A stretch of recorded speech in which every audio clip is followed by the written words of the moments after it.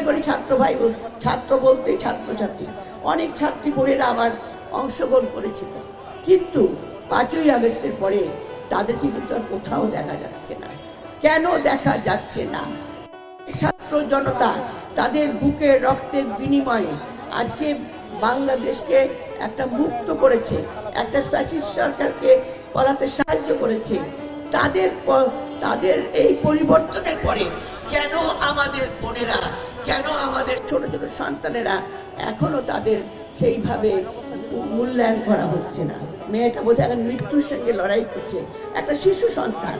আপনার একজন ইউনিভার্সিটি একজন মহিলাকে দাঁড় করিয়ে সেখানে তাকে হেনস্থা করা হচ্ছে, বাসে ধর্ষণ করা হচ্ছে। কেন এদের বিরুদ্ধে কঠোর ব্যবস্থা নেওয়া হচ্ছে না? সরকার কি করছে? সরকারকে বুঝতে হবে। সরকার এত নরম হলে তো চলে না।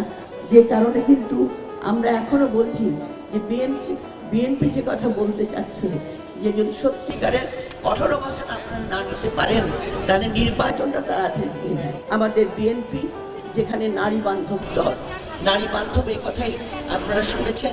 নীলুফার চৌধুরী মণি বলেছেন, শাম্মী বলেছেন, শহীদ জিয়া কিভাবে এই দেশকে গড়ার কাজে নারী পুরুষকে সমানভাবে দুটি হাতের সঙ্গে তুলনা করে তিনি বিভিন্ন স্টেপ নিয়েছিলেন, বিভিন্ন পদক্ষেপ নিয়েছিলেন, নারীরা যেন প্রত্যেকটা সেক্টরে প্রত্যেকটা অংশে তাদের ভূমিকা রাখতে পারে।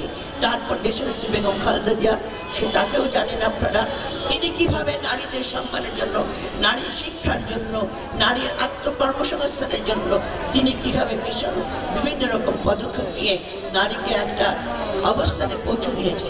নারী রাজনীতিতে নারী, এটা সবচেয়ে গুরুত্বপূর্ণ পদক্ষেপ।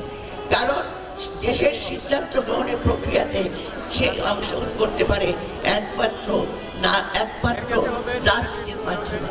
তাই আজকে যখন ভোটের প্রশ্ন আসছে, আজকে যখন এলাকায় বিভিন্ন মেয়েদের কর্তৃত্ব দেওয়ার ব্যাপার আসছে কিংবা পদ দেওয়ার কথা আসছে, সেখানে আপনারা কিভাবে এই নারী সমাজকে আরো গভীরভাবে নিয়ে আরো চিন্তা ভাবনা করে মেয়েদেরকে তার মূল্যায়নের চেষ্টা করবেন।